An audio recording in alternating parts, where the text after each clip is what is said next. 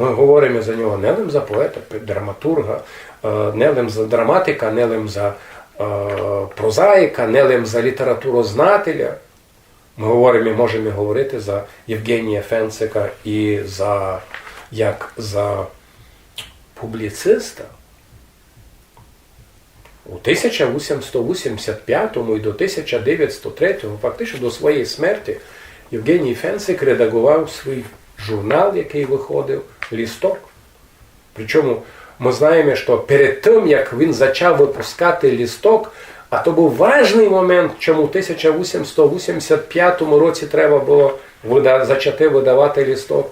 Бо фактично вже новинка, яка до того видавалася, фактично видавалася з 1873 до 1886 року, новинка Карпат Ніколая Гомічкова, фактично вже переставала видавати. Ніколай Гомічков був хворий, і редактор, главний редактор тої новинки, і не лише редактор, організатор тої новинки, і главний новинар тої новинки, тот, хто дописував, хто організовував, хто збирав матеріали, мав проблему із здоров'ям, і новинка вже виділося, що новинка та вже не буде видаватися. І от у цей час Євгеній Фенцик, вже будучи священником, парохом у селі Порошково на Перечинщині, так, на Перечинщина, то та долина річки Тур'я, село знаходиться якраз на тій долині річки Тур'я. Так от він там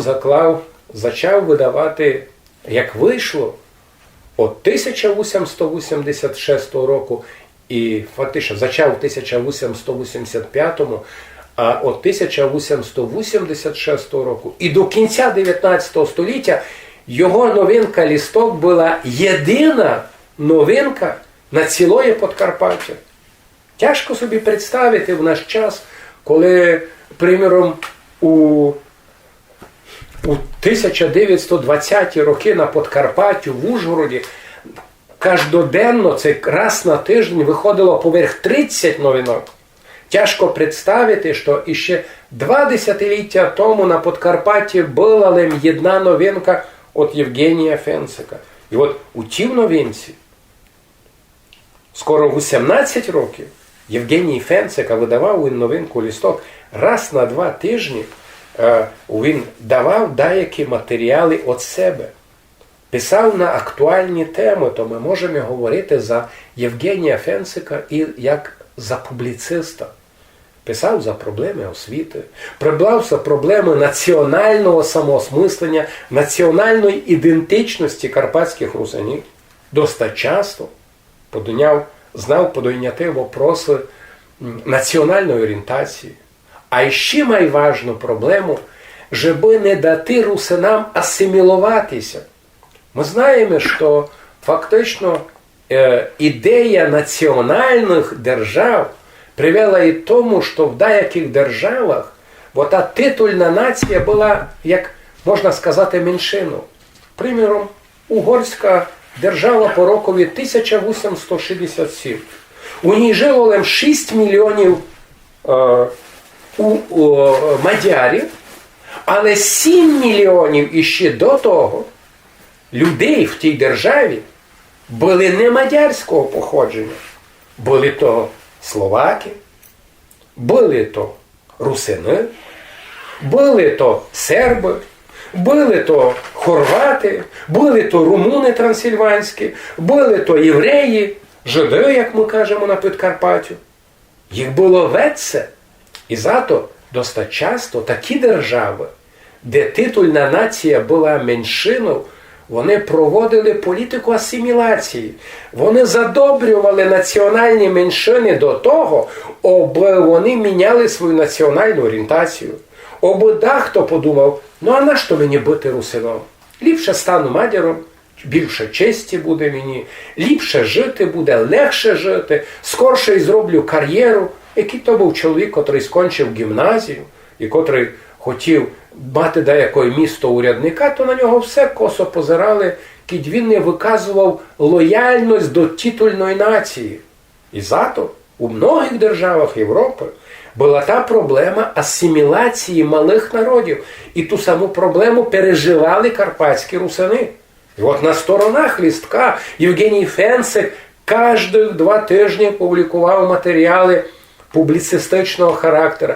І досить часто ті матеріали це зачиналися з деякої другої проблематики, але кожен раз Євгеній Фенцик вертався до проблеми асиміляції карпатських русинів. Йому боліло, чому треба перейменувати, приміром, русинські населені пункти.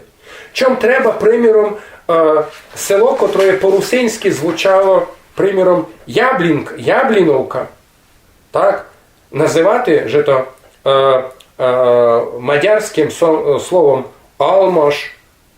І от деколи в своїх статтях він пише за ці проблеми, пише за ті проблеми асиміляції. Хотів би один фрагмент такий прочитати.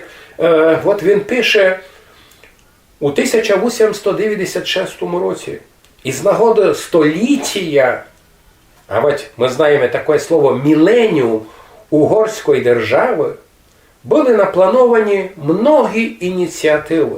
Ми знаємо, що у цей час була ідея зробити Будапешт одним красним європейським варушем. І направду, в технічному плані в угорській державі многося постарали. Будапешт направду став одним, Будапешт вже було не Будапешт, а був Будапешт із року 1882, мені ся видить. І от Будапешт став одним красним, великим європейським варушем, де було перше метро. Хто б подумав? Не на німцях, не в Парижі. Перше метро було збудовано, поставлено і запущено акурат в Будапешті, де були поставлені много помпезних будов, таких як парламент угорської держави. І от поміж другі ініціативи в угорській державі було наплановано і таку ідею, як мадяризувати декого із національних меншин угорської держави. Під конкретно, то була ідея мадяризувати назви русинських сел. І от автор пише в одній в своїй статті, котра так і називається «По поводу міленіума». Він пише: «Приготовляється велика мадяризація многих русинських сел в Маромороші. Іменно адміністрація Мароморошської варміді тим хоче увіковічнити пам'ять міленіума, що многі русські общини перекрестить на мадярські імена. Так Рускову наміряють перекрестити на Карпат-Оросі, село Русь-Поляну на Говаш-Мезу, Русь-Криву на Шебеш-Поток, село Росішка на Геть-Кюс, Кобилецьку поляну на Діртянлі-Лігет, Косовську поляну на Косо-Мезу, Нягово на Няк-Фолво, Путплешу на Піліш-Шольо, Задньоє село Боржавське, Боржавської долини на Зар-Фолу, Лепіцьку поляну на Ліпчо-Мизо, Тюшку на Кішер, Подобовці на Домбойо, Пилипець на Филипфолво, Майданку на Гамвош, Річку село на Кішпоток, Прислоп на Домгот, Воловое на Сент-Кирай и прочее. К этому, пише Євгеній Фенцик, не нужно никакого коментаря. От один із образчиків публіцистики Євгенія Фенцика.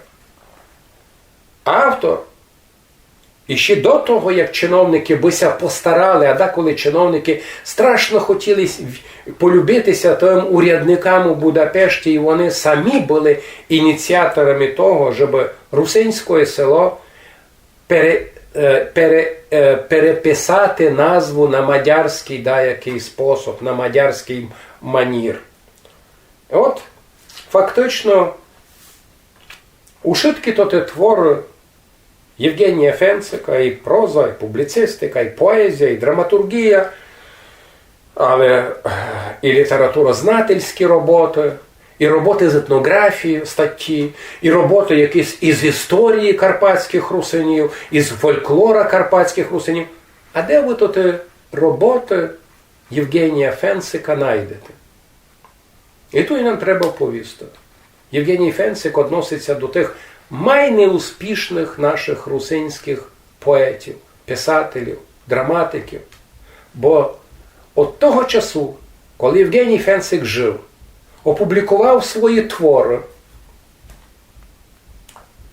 до кінця у тих місних новинках, а деколи і не місних новинках, а десь у Львові, чи ще в деякому другому іншому варуші, от того часу практично 95% його творів не перевидавалися. Який би простий русиниська йшов до простої бібліотеки, я не знаю, центральної в Ужгороді, це десь у Мукачеві, це у Хусті, і просив би, дайте мені книжечку, я би хотів прочитати деякі твори Євгенія Фенцика. А він мусить знати, що ані одної книжки Фенцика не є на полицях наших бібліотек. Бо твори нігдеся не перевидавали. Зато видання отої книжки Євгеній Фенцик твори, котра була зроблена тепер, і шорителі тої книжки Валерій Падяк і Михайло Павліч, і зроблена вона у рамках Інституту русинського язика і культури Пряшівського університету, фактично єдине видання, де ви десь можете прочитати хоч лем декілька творів Євгенія Фенцика. В тому цінність того видання. Хоча ми напланували іще декілька книжок у перспективі, я думаю, то буде 23-й і 2024 рік. У 2023 році ми будемо мати юбілей смерті Євгенія Фенцика, а в 2024 році ми будемо мати 180 років і від дня народження Євгенія Фенцика. Я би постаратися випустити іще декілька книжок творів Євгенія Фенцика. Бо фактично всі в книзі ми умістили лише 3, хоча й достоважні, твори Євгенія Фенцика. Але за Фенцика знаємо як за автора поверх 200 літературних творів. Тут іще доста много роботи не лише про мене, не лише про наших сучасників, а й дальших літературознателів, які готові проявити ініціативу, аби видавати твори наших будителів, ну і між ними і твори Євгенія Фенцика. Так що роботи ще є много.